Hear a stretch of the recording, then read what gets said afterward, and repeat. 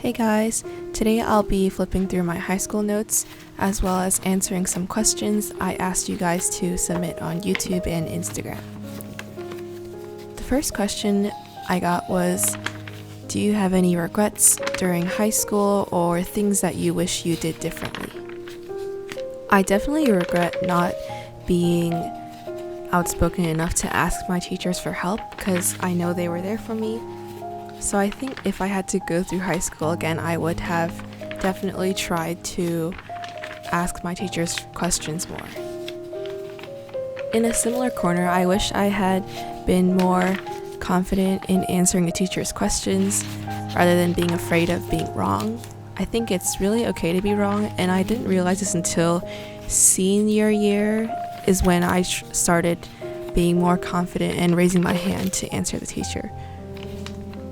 I think in freshman and sophomore year especially, I mostly kind of just hid in the corner of my classroom and didn't really participate in discussions, and doing so would have made those years a lot more easier. Another thing I regret about high school is doing things because people told me they would look good on my resume or to colleges, or just simply because my friends were doing them, instead of if I actually had an interest in that.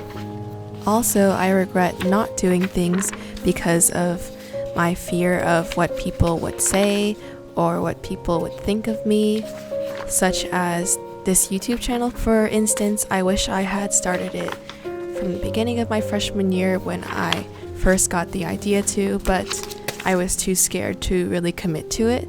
So I think I only posted like a couple of videos. Maybe not even a couple, maybe just one video that year. The next most commonly asked question was, what did you do in the summers between your high school years? In the summer of my senior and junior years, I worked as a lifeguard, and in the summers of my freshman and sophomore year, I mostly just stayed at home, self-studied, and also did some online courses in order to get credit for core classes that I didn't want to take during high school, like speech and the foreign language.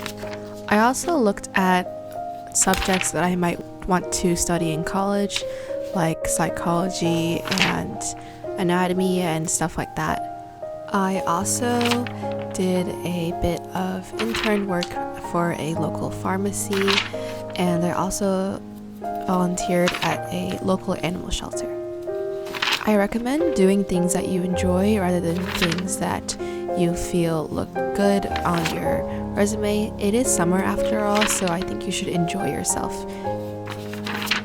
These next few questions are regarding AP, or advanced placement classes, which are offered in the US and Canada for high school students to earn college credit.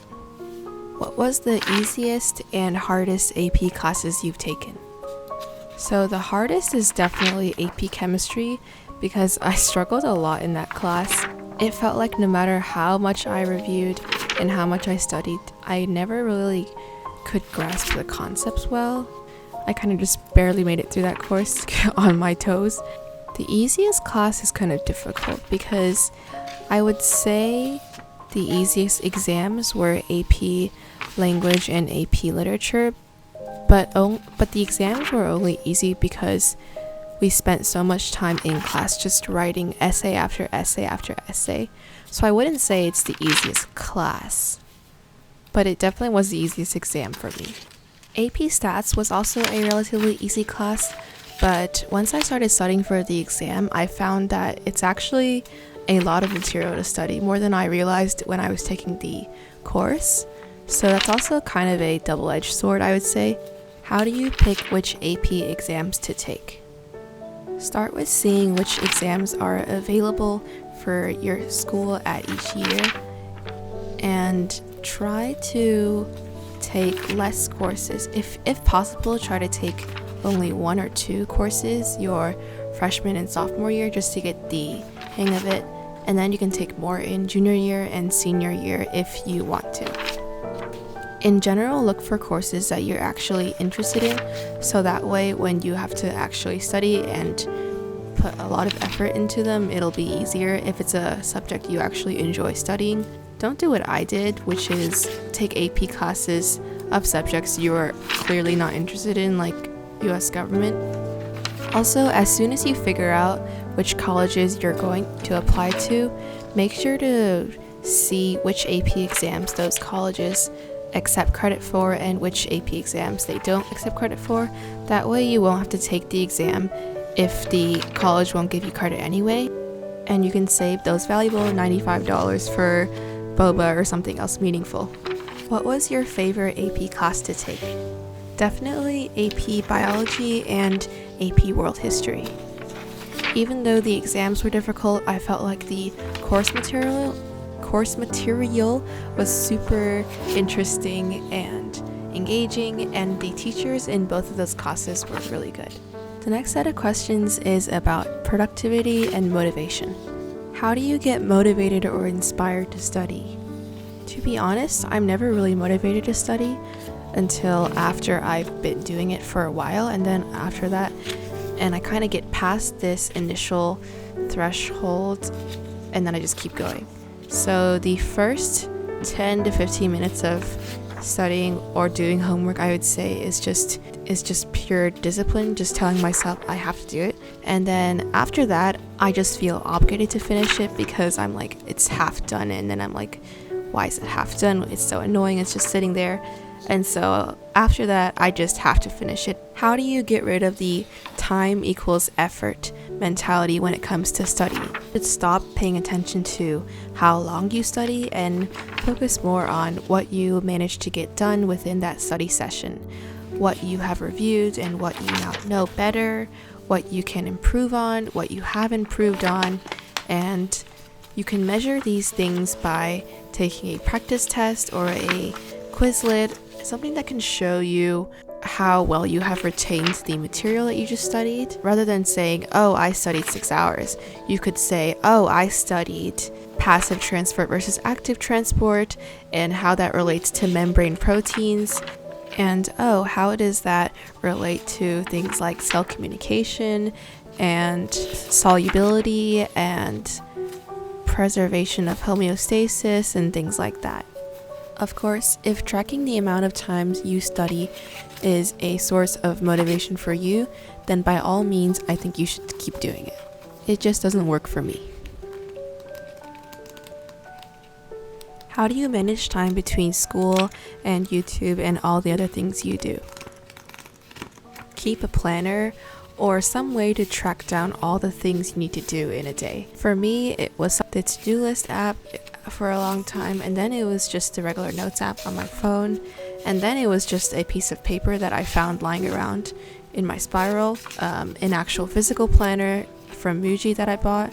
Really, it doesn't matter what, just some way to write down what you have to do each day. Also, make sure to have clear priorities on which task you need to get done the most each day, and which tasks are able to be moved to a different day or a future date to complete.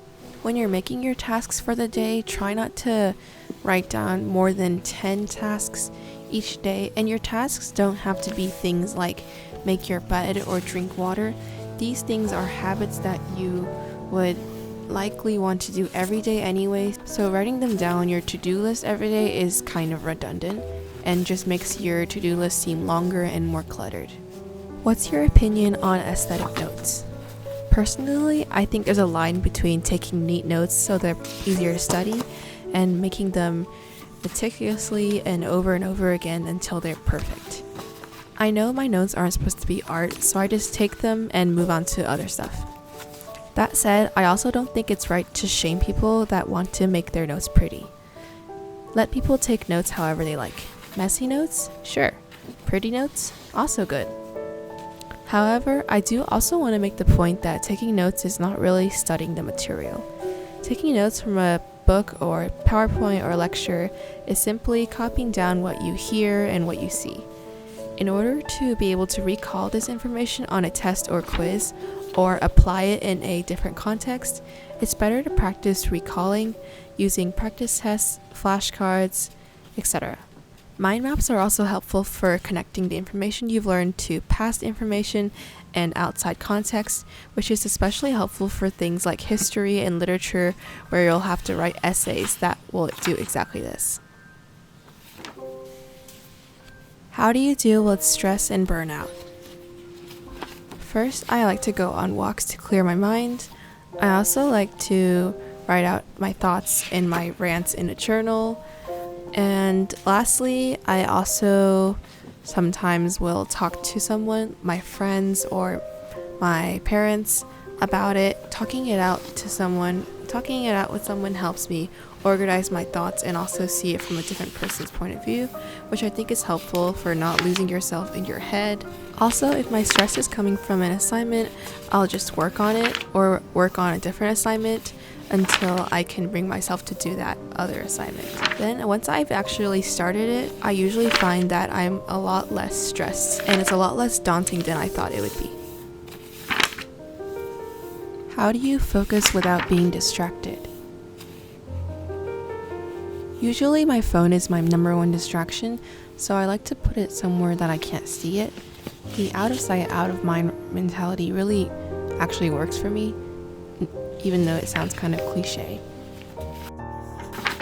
If you feel like you're being distracted because you're thinking about a task that needs to be done after you finish your homework, such as a group project you need to start or a basketball game that you have after or something like that, you can try writing down a reminder so you don't forget about it on a sticky note, and then you can deal with it after you're done studying.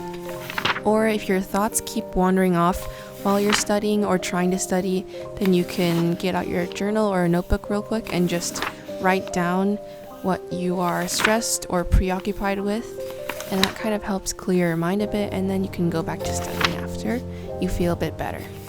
Those are usually the things that I'm distracted with, but if you are distracted with a YouTube video or Netflix, then it helps to use those website extensions that block certain websites and force you to not go on them. Those are also a good method to prevent distractions, even though they're kind of extreme, but they work. So if I didn't get to your question, it's either because I combined it with a different question, or I will be making a completely separate video on it because it's too long to answer in a Q&A video. So thank you for watching, and I hope you guys have a great day.